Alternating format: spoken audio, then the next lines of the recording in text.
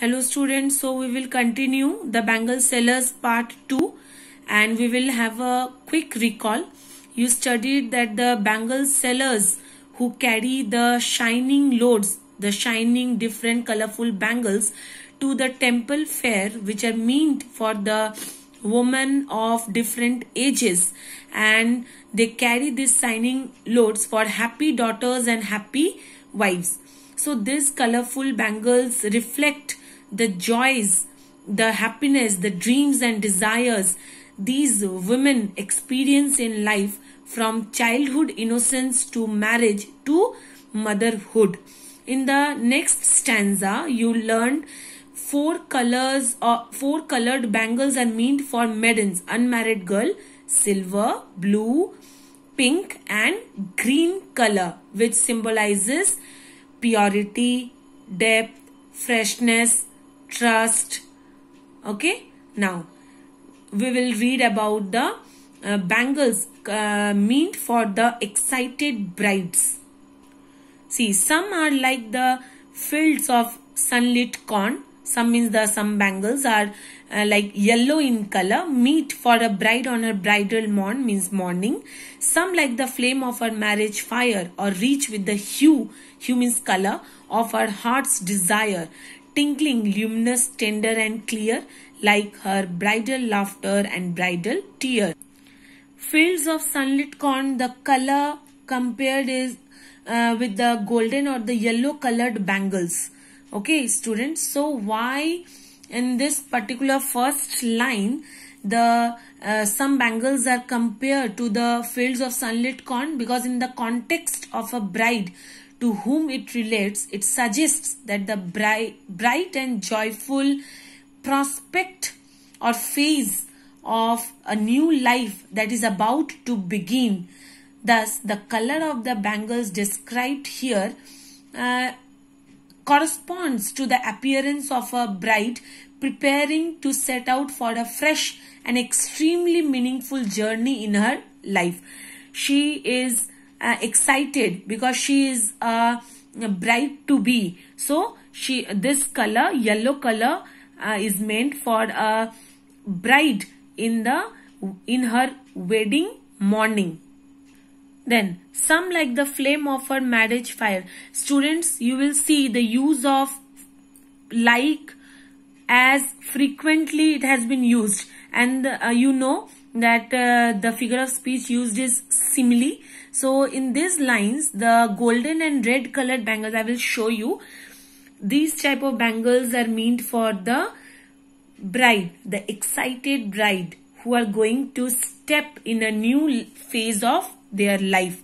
So in these lines, the golden and red colored bangles are suitable for a bride, are compared to the flame of her marriage fire and the love that she would experience in her new wedded life. See, the color of the bangles suitable on her wedding day, why it is compared with the reddish yellow flame of marriage? Because the flame of marriage symbolize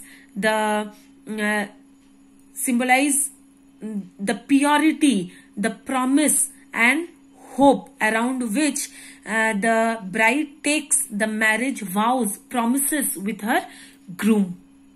So some fiery red bangles are like the flame of the bride's marriage fire, and you can see, or reach with the hue of her heart's desire.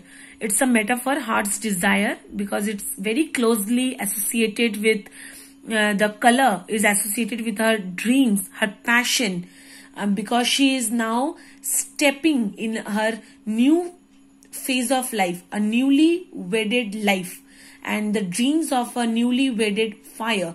So you can see the color yellow, red of these bangles seem to reflect the promise, hope and dreams as the marriage fire does.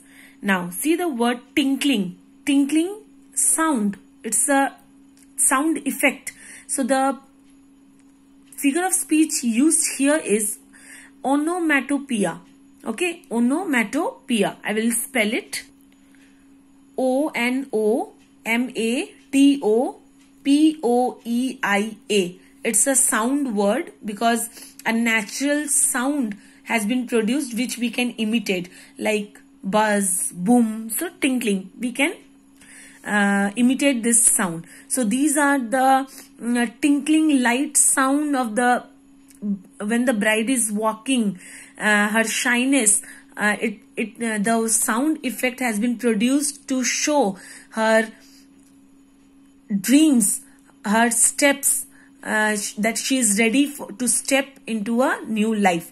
Then, like bridal laughter and bridal tear, underline this line.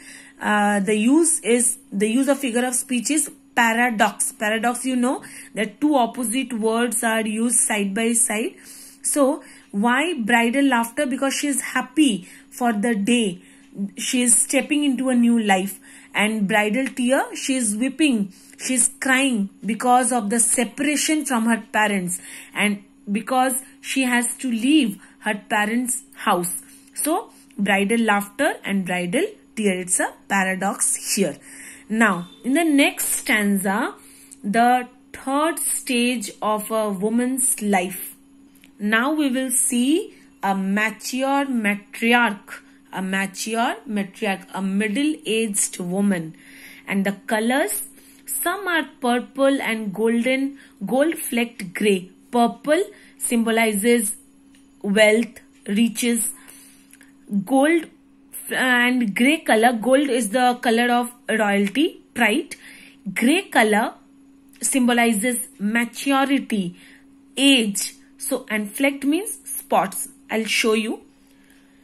Students, you can see the bangles. Some are purple and gold flecked grey. So, this symbolizes that the woman has stepped in her middle age. Now she is a mature woman, experienced woman. Some are purple and gold flecked grey for she who has journeyed through life midway, means middle-aged woman, whose hands have cherished, cared, whose love has blessed, and cradled fair sons on her faithful breast, and serves her household in fruitful pride, and worships the God at her husband's side. In this stanza, students, the narrator says an adult or middle-aged woman is now emotionally stable and mature lady. She may look back and see herself performing a number of tasks. We know that in our society, in our Indian society, women are multitaskers and they have a lot of duties to perform. They have multiple roles to play. So now at this stage, we will find that they are the mature lady. They have performed their duties. They have discharged their duties. And now she is in a position to see the fruits of her commitment, her duties, and dedication to her family values with pride. So, thus the phase of the life she is passing through marks the peak in her life. Now she is a happy mother, proud mother and a happy wife. So students, in the fourth stanza, the bangles described are meant for the housewives or mothers who have reached the middle age. Their hands have cared, loved and blessed and brought up her children. Here written that fair sons, actually not only sons, you don't see that any discrimination is there. Actually it is used for children. So brought up her children and proudly served her family. You can see the line, and serves her household in a fruitful pride. Proudly served her family and has the honor of sitting by her husband's side at religious ceremonies. So now she is in the position to hold and protect her family and can discharge her duties side by side, sitting beside her husband and performing the religious rites, the religious deities, worshipping the deities.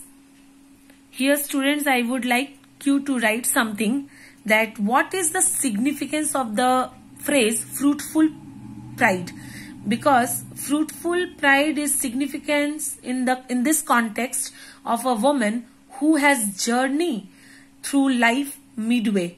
In a traditional social system like ours, I already told you, Indian society, a woman is expected to play multiple roles, already I said you, and perform a lot of duties. Her experiences have made her a perfect Indian woman. So the phrase fruitful pride suggests the realization of this hope in some way or the other, that brings in her a sense of satisfaction with her work as a homemaker. So we know that mothers are the homemaker, housewives are the homemakers. Students, I hope you have understood this poem, and you can also see that the poem Bangle Sellers is an expression of different stages in a woman's life in a traditional Indian society.